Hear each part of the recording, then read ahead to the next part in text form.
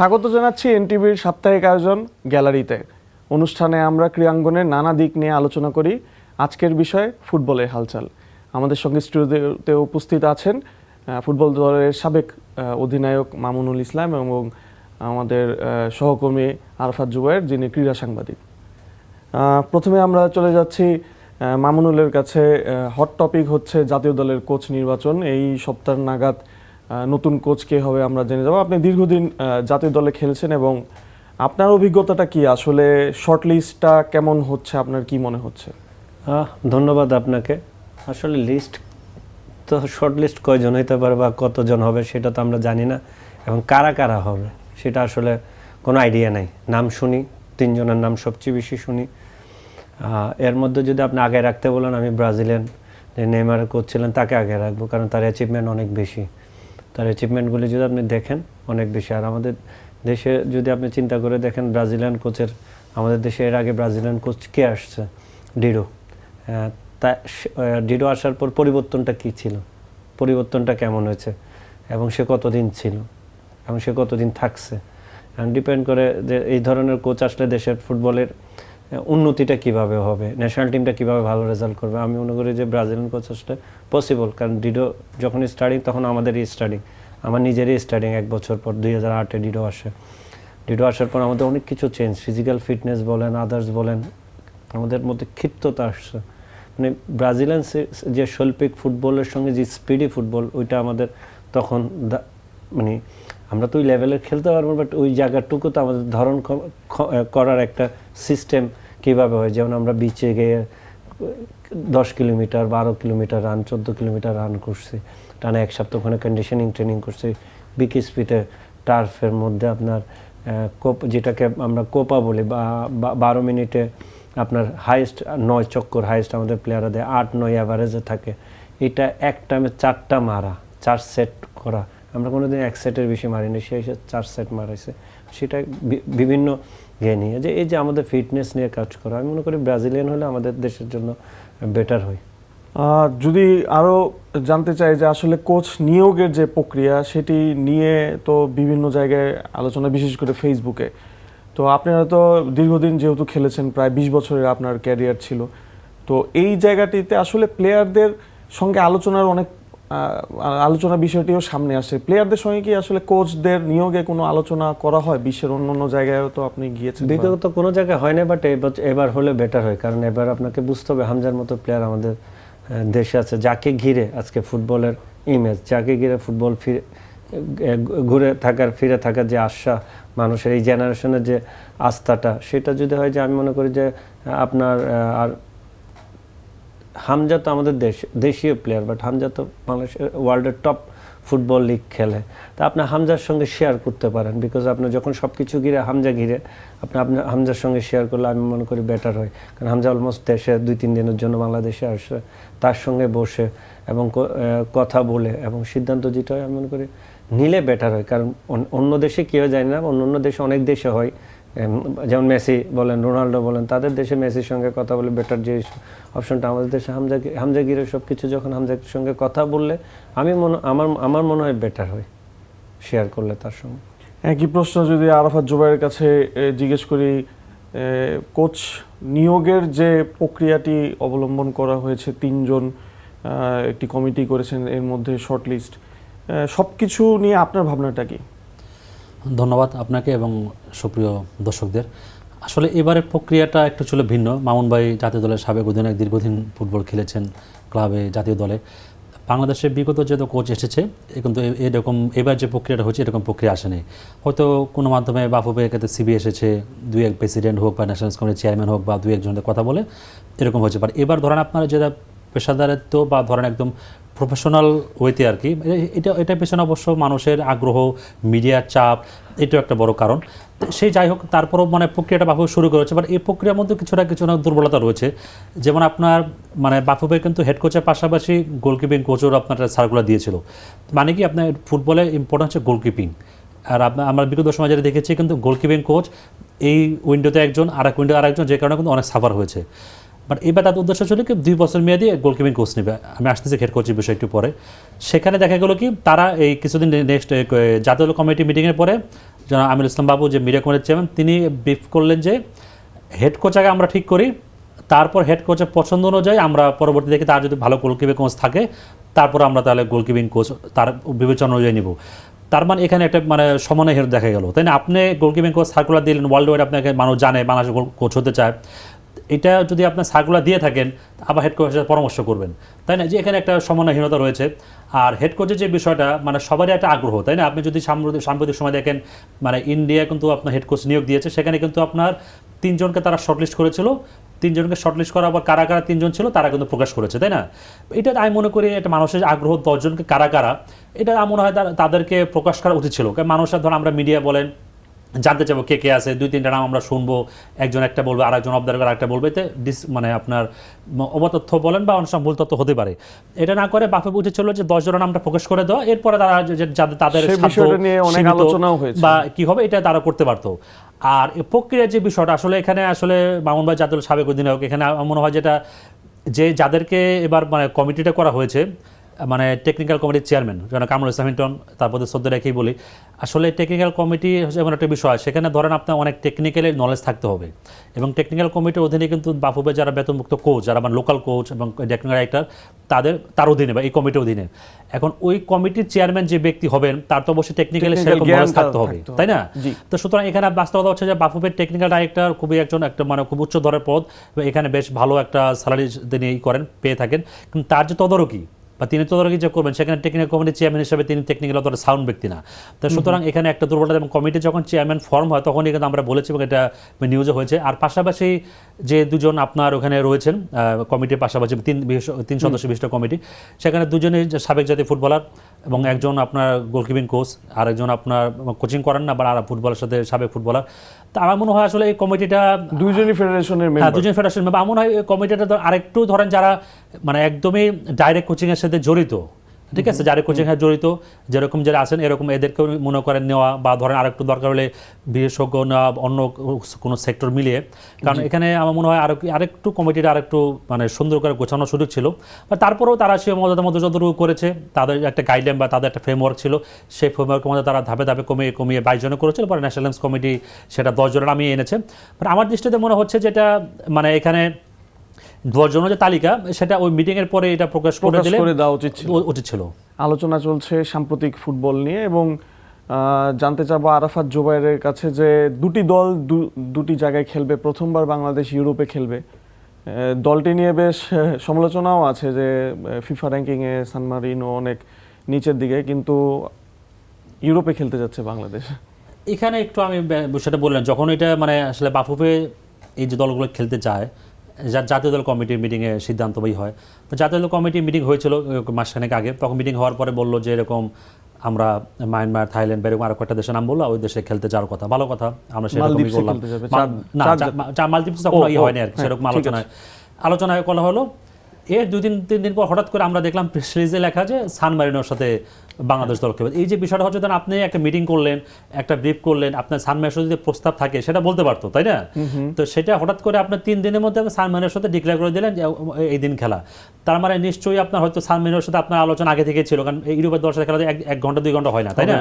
তাহলে আপনি মিটিংয়ে আলোচনা করছেন জানি না, আমাদের মিডিয়া কেন বললেন না, এটা একটা প্রশ্ন জায়গা থাকে।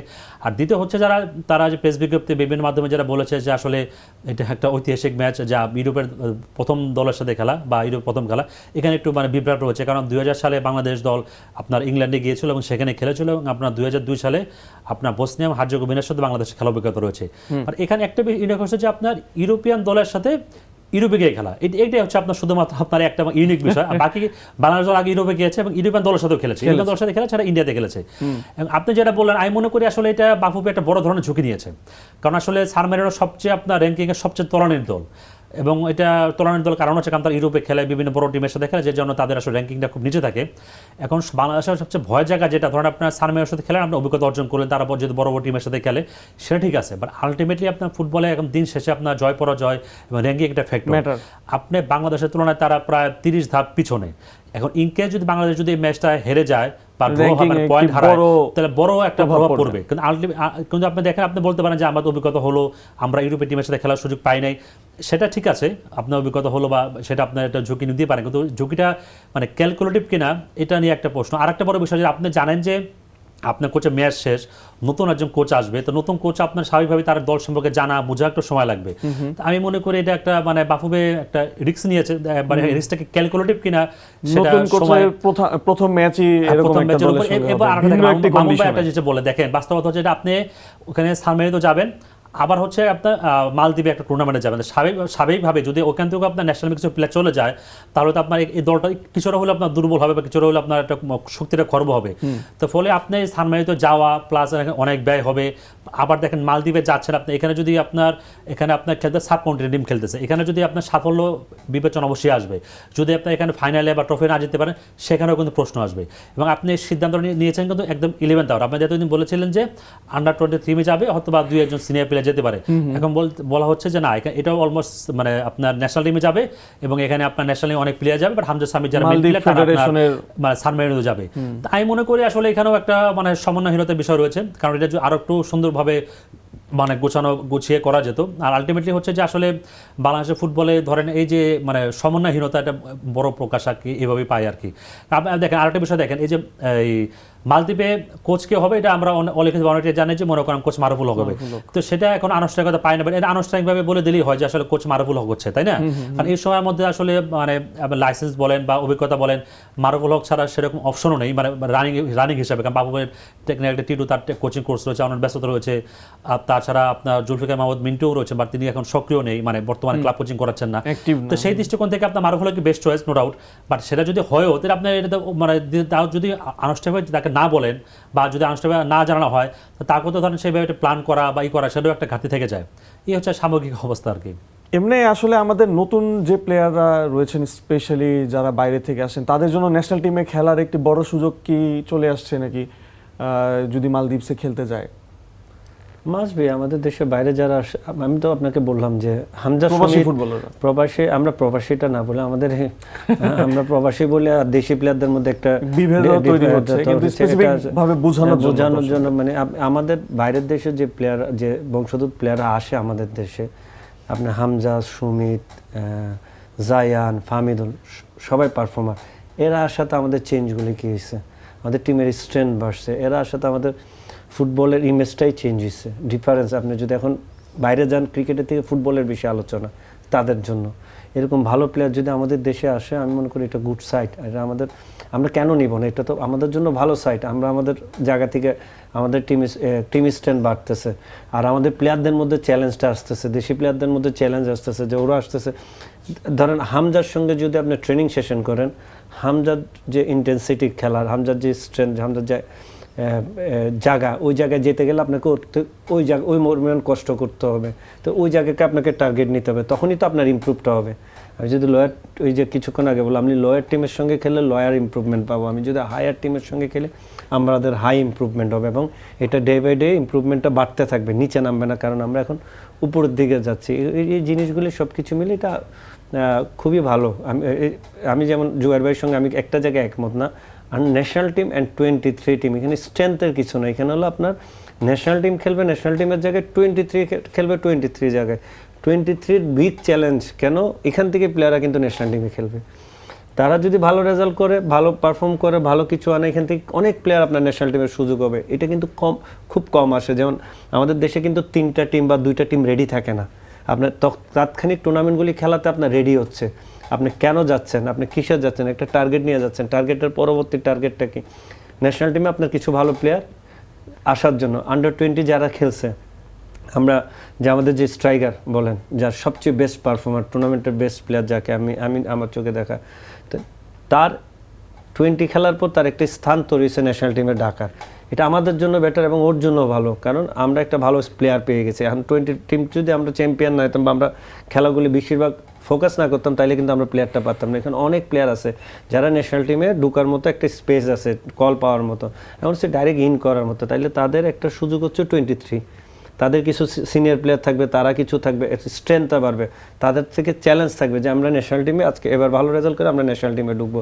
এই যে চ্যালেঞ্জটা, এটাই আমাদের উন্নতির দিকে এগিয়ে নিয়ে যাবে। আমার যদি চ্যালেঞ্জই না থাকে, আমরা আমাদের এই কোনো গরু উন্নতিটা আমরা আরো আলোচনা করব, তার আগে আরেকটি ব্রেক নিয়ে আমরা আসবো।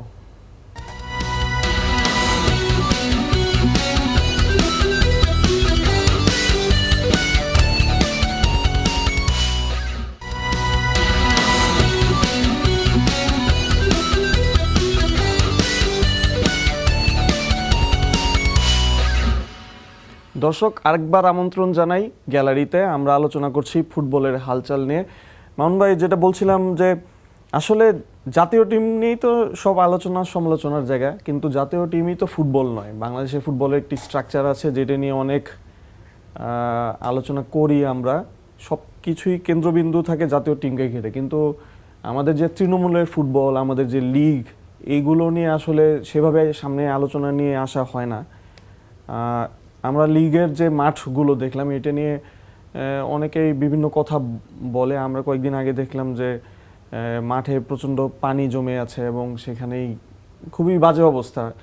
সর্বোচ্চ লিগের যদি অবস্থা হয়, আপনি তো দীর্ঘদিন খেললেন, এখন যদি আপনি মাঠের বাইরে এসে যদি ওই বিষয়গুলো সামনে নিয়ে এখানে একটা বিভেদ থাকে। ফেডারেশন ক্লাবগুলি এখন যখন হোম অ্যান্ড ওয়েতে ম্যাচ হয়, ফেডারেশন ক্লাবগুলির দায়িত্ব দিয়ে দেয়। ক্লাবগুলি দায়িত্ব নেওয়ার পর ওই স্টেডিয়াম নিয়ে কাজ করার দায়িত্ব কিন্তু ক্লাবের। আমি যতটুকু জানি, ক্লাব কি ওই স্টেডিয়াম যার হোম গ্রাউন্ড, সে কি ওই হোম গ্রাউন্ড অনুযায়ী কাজ করে নাকি? কথা বুঝতে পারছেন? যদি কাজ করে না থাকে তাহলে এটা ক্লাবের ফল্ট। কিন্তু ফেডারেশনের কিছু নির্দিষ্ট জিনিস মেনে একটি স্টেডিয়াম দেওয়া উচিত, যেটার মাঠ ফুটবল খেলার মতো, হায়ার লেভেলের ফুটবল খেলার মতো ক্যাপাবল থাকতে হবে। আমাদের যারা যাই ফেডারেশন থেকে মাঠ অবজারভেশনে, যখন মাঠ অবজারভেশনে যায় তখন মাঠটা নিয়ে নেওয়া উচিত। এর মাঝখানে কোনো কিছু এখানে খেলতে হবে না। কিন্তু আপনি দেখবেন আমাদের প্রত্যেকটা স্টেডিয়ামের মাঝখানে ক্রিকেট খেলা হয়, নাইলে গভর্নমেন্টের কোনো প্রোগ্রাম হলে কুমিল্লা স্টেডিয়ামে মেলা থাকে বিভিন্ন। মানে এই জিনিসগুলি যখন আসে তখন আপনি তো আপনার ওই লেভেলের মাঠ আপনি পাবেন না। আমাদের স্ট্রাকচারগুলি এগুলো চেঞ্জ করতে হবে, এগুলো আমাদের চেঞ্জ হওয়া সবচেয়ে বেশি জরুরি।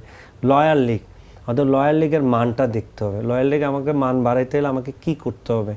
আমাদের সেকেন্ড বি লিগ হয়, সেকেন্ড বি লিগ আগের সেকেন্ড বি লিগ আজ থেকে 5-6 বছর আগে সেকেন্ড বি লিগ আর এখন সেকেন্ড বি লিগের মধ্যে ডিফারেন্স অনেক। আগের 5-6টা সেকেন্ড বি লিগে অনেক ফাইটিং টিম থাকতো, এখন কিন্তু ফাইটিং টিম।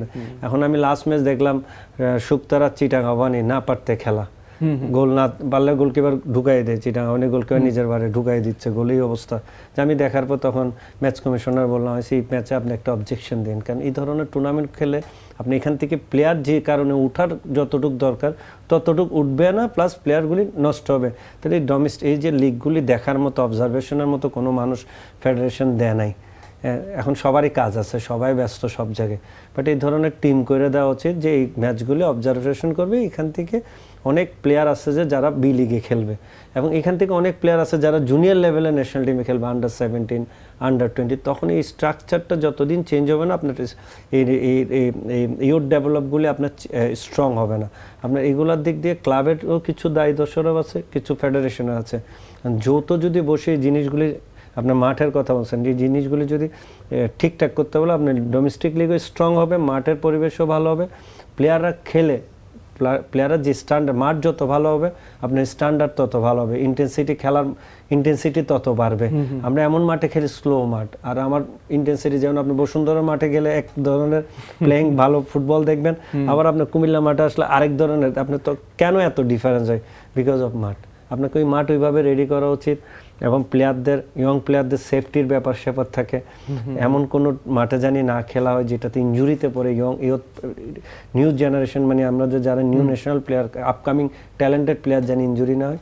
এগুলো দুই পক্ষে দেখা উচিত। বেশিরভাগ ফেডারেশনের এই জিনিসগুলি, ফেডারেশনে আসলে আমরা আসলে বলতে গেলে তো আমরা দায় দোষারোপ মনে করে তাদের দায় দিই, দায় না। এগুলো কথার মাধ্যমে বেরিয়ে আসে আপনাকে কিভাবে চালাইতে হবে, আপনাকে কিভাবে আরো কিছু মানুষ ইনভলভ করতে হবে ফেডারেশনে। যে আমি একটা লিগ করতেছি, আমাদের 30-40 জন একটা স্কোয়াড, এই 40 জন, এই লিগটা কিভাবে, ডোমেস্টিক লিগটা কিভাবে ইমপ্রুভমেন্ট করা হয়। আমরা শুধু লিগ কমিটির 10 জন নিয়ে থাকবো, কেউ কিন্তু লিগ কমিটির অনেকেই খেলা দেখতে যায় না। এই বিষয়টা যদি আরাফাত জুবাইরের সঙ্গে একটু বলি, যে কয়েকদিন আগে কিন্তু ক্লাবের কর্মকর্তারা তারা একসঙ্গে জড়ো হয়ে একটি প্রেস ব্রিফিং করেছেন এবং বলেছিলেন যে খেলাগুলো হচ্ছে জাতীয় স্টেডিয়ামে আয়োজন করার জন্য। আপনি এই বিষয়টা নিয়ে যদি একটু বলেন যে এই বিষয়টা বলার আগে আপনি মামুন ভাইকে যে প্রশ্ন করছেন সেই প্রসঙ্গটি আসতেছে। আসলে মানে বাংলাদেশ ফুটবল ফেডারেশন বা ধর বাংলাদেশের ফুটবলের যে উন্মাদনা সেটা সকলকে চলে মূলত কিন্তু হামজাকে ঘিরে, হামজা আসার পর থেকে। এবং হামজা আসার পর থেকে যেটা হয়েছে, ধর মানুষ আগ্রহ বেড়েছে, স্পন্সর আসছে এবং বাফুফের মনোযোগটা এখন শুধু অনেকটাই আর কি যেটা দৃশ্যমান আর কি, যে হামজা আসবে, মার্কেটিং করা, তারপরে হচ্ছে আপনার প্রবাসী খেলোয়াড়দের দিকে, প্রবাসী ফুটবলারদের দিকে মনোযোগ দেওয়া।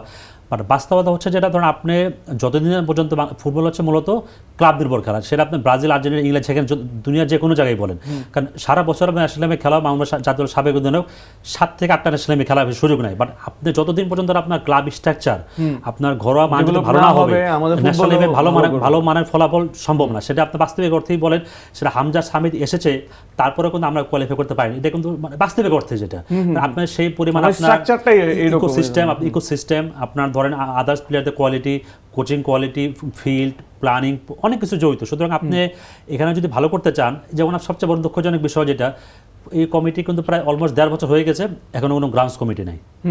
যে ফুটবলের মূল হচ্ছে মাঠ, এবং সবচেয়ে বড় বিষয় নটের গ্রাউন্ডস কমিটি নাই। এবং সবচেয়ে বড় কথা হলো যে আপনার মামুন ভাই চিনবেন, একজন গ্রাউন্ডস ম্যান আছে পরীক্ষিত আর কি, চান্দু, তিনি কিন্তু শুধুমাত্র আপনার কাগজে করেন, তার কিন্তু সেরকম আধুনিক জ্ঞান, যন্ত্রপাতি কিছুই নেই। তো এরকম যদি অবস্থা হয় তাহলে আপনার ফুটবল আগাবে কীভাবে? এটা হলো আপনার গ্রাউন্ডসের বিষয়।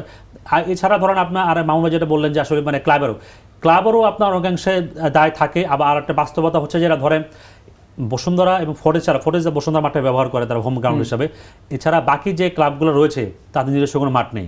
প্রতিবারে কি হয়, প্রতি বছর সিজন শুরুর আগে আপনার কে কোন মাঠ পাবে, স্টেডিয়াম অনুমতি পাওয়া যাচ্ছে না, জাতীয় ক্রীড়া পরিষদ ফেডারেশন দেন দরবার করে একেবারে খেলার কয়েকদিন আগে বলা যায় ঠিক আছে এই মাঠে মানে করবে। তখন আসলে ক্লাবেরও সময় থাকে না, কিছু সময় আপনার ক্লাব মনে করার দায়িত্ব নেয়, কিছু সময় ফেডারেশনকে দায়িত্ব নেয়। বা আরেকটা বড় বিষয়, আসলে বাংলাদেশের ক্লাবের যে কালচার বা ক্লাব যে কাঠামো, সেখানে কিন্তু ক্লাবগুলো নিজস্ব কোনো আয় নেই। এখন এই ক্লাবগুলো কিন্তু আসলে আপনার খেলোয়াড়দের পারিশ্রমিক বা আদার্স কোচের পারিশ্রমিক বা সম্মানীয় ক্যাম্প পরিচালনা অনেক ব্যস্ত, অনেক কষ্ট হয়। এরপরে যদি ধরেন একটা মানে মাঠ মেনটেন্স করা বা স্টেডিয়াম পরিচালনা করা, এটা অনেক ব্যয়। এই ক্লাবগুলো তো ব্যয় করছে, কিন্তু ধরেন আপনার ক্লাবগুলো কিন্তু বিপরীতে রিটার্ন পাচ্ছে না। মামুন ভাই ফরেস্ট ক্লাবের সম্পত্তি অবশ্যই নিয়েছেন, এই দেখেন ফরেস্ট ক্লাব কিন্তু অনেক বিনিয়োগ করেছে। এই বিপরীতে ফেডারেশন থেকে কিন্তু ফরেস্ট ক্লাবের পার্টিসিপেশন মানি বলেন, অনেক সময় কিন্তু বলটা ঠিক মতো পৌঁছায় না। এটা সিজন শেষের পথে তখন বলটা পৌঁছায়। আসলে অনেক আলোচনা সমালোচনা, কিন্তু ফুটবল ফেডারেশন এবং ক্লাবগুলো সবাই একসঙ্গে সমন্বয় করে এবং বিশেষ করে ক্রীড়া মন্ত্রণালয় সবাই মিলে সমন্বয় করে এই ফুটবলকে এগিয়ে নিয়ে যেতে হবে। আশা করি যে কর্মকর্তা যারা রয়েছেন তারা এইভাবেই ফুটবলটা এগিয়ে নিয়ে যাবেন। এবং আমাদের যারা আজকে 2 জন অতিথি, তাদের 2 জনকেই ধন্যবাদ জানাচ্ছি এবং শেষ করছি আজকের আলোচনা ফুটবল নিয়ে। আশা করি আগামী পর্বে আমরা দেশ বিদেশের নানা খেলার আয়োজন নিয়ে আরও অনেক কিছু জানাতে পারবো দর্শকদের জন্য।